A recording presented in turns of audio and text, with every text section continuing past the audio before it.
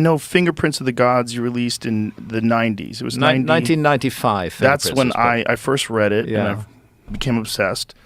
What motivated you to put that out? It was a process, really. I used to be a current affairs journalist. I was the East Africa correspondent for The Economist. I had no interest in history whatsoever, but I began to come across things, particularly traveling initially in Ethiopia and then in Egypt, which made me wonder about the past.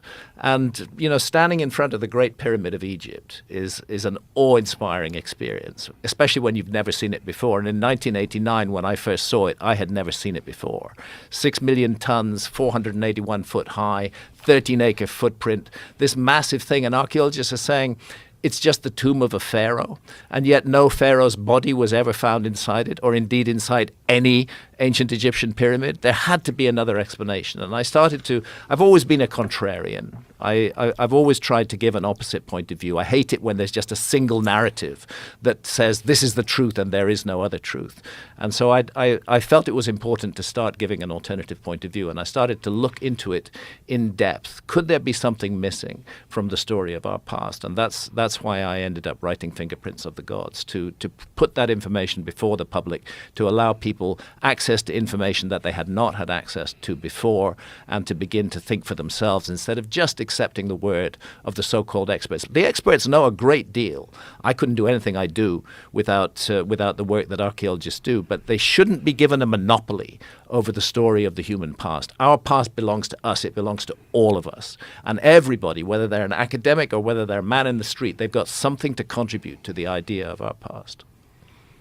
And the Younger Dryas impact theory, when was that first brought out? 2007. That was when it first brought out. It immediately caught my eye because when I wrote Fingerprints of the Gods, I proposed that there had been a gigantic global cataclysm about 12,500 years ago, but I didn't really know what had caused it.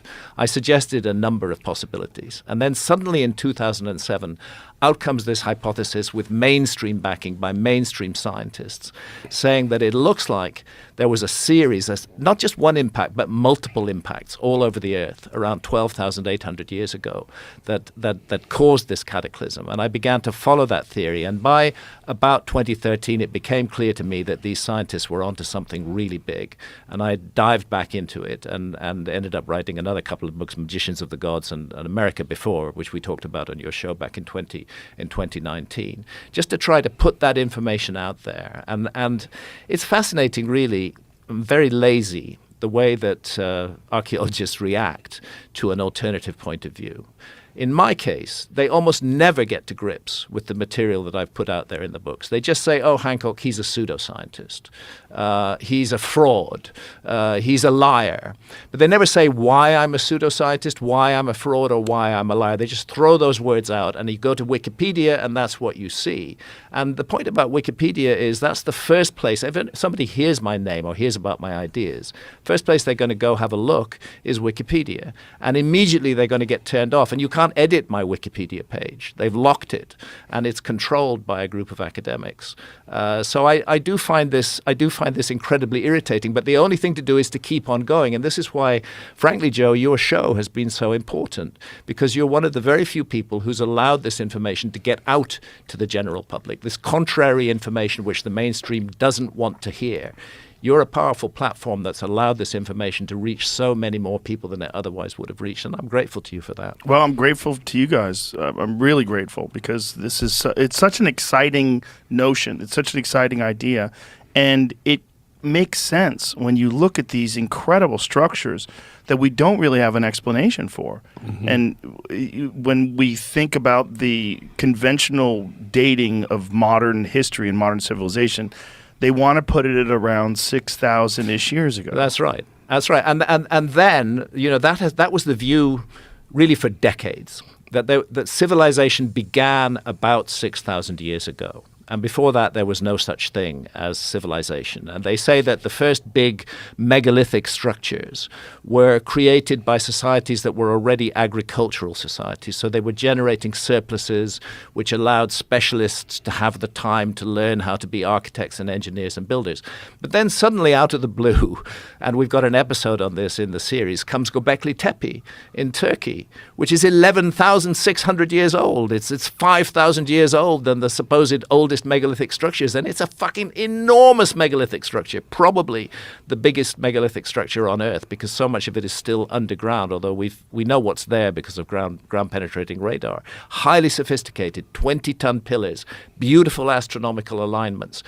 Buried, deliberately buried by the people who created. They ran it for about 1,000 years, and then they deliberately buried it. And archaeology is still struggling to explain this. They've now had to say, well, okay, somehow megalithic architecture began thousands of years before we thought it began. How are we going to explain this? And they have to accept, this is one of the mysteries of Göbekli Tepe, that the archaeology does show this quite clearly, that when the work began on Göbekli Tepe 11,600 years ago, the entire population there were hunter-gatherers. They were not agriculturalists, generating those supposed surpluses that would allow experts in architecture to emerge. They were hunter-gatherers. And how, in God's name, do a group of hunter-gatherers wake up one morning and create something like this enormous scale? And then the mystery deepens, because at the same time that they're building the megalithic site, they're also suddenly doing agriculture.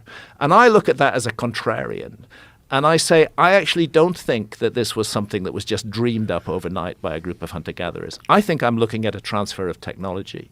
I think people came to that site who already knew how to do this stuff. And maybe they used that site to mobilize the local population, to push them into a new direction. And that was truly the beginnings of civilization as we know it. But I think it was a restarting of civilization, a reboot, not the actual beginnings. I think there was an earlier lost civilization. And that's the whole point of the show I've made. One should mention about that particular date, 11,600. Well, it's incredibly important. It's an incredibly important date because the Younger Dryas begins 12,800 years ago with a cataclysm, with a puzzling, mysterious rise in sea level at the same point. 1,000 years of freezing temperatures, mass extinctions of animal species all over the world. And then 11,600 years ago, global temperature shoots up.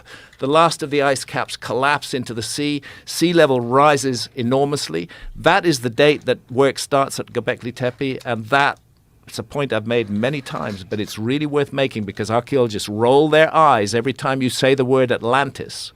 But that is precisely the date that Plato, which is the earliest surviving reference to Atlantis, that's precisely the date he gives for the destruction of Atlantis, 11,600 years before our time. He puts it this way, that his ancestor Solon visited Egypt, and we know about that visit. It's historically recorded. That visit to Egypt was in 600 BC.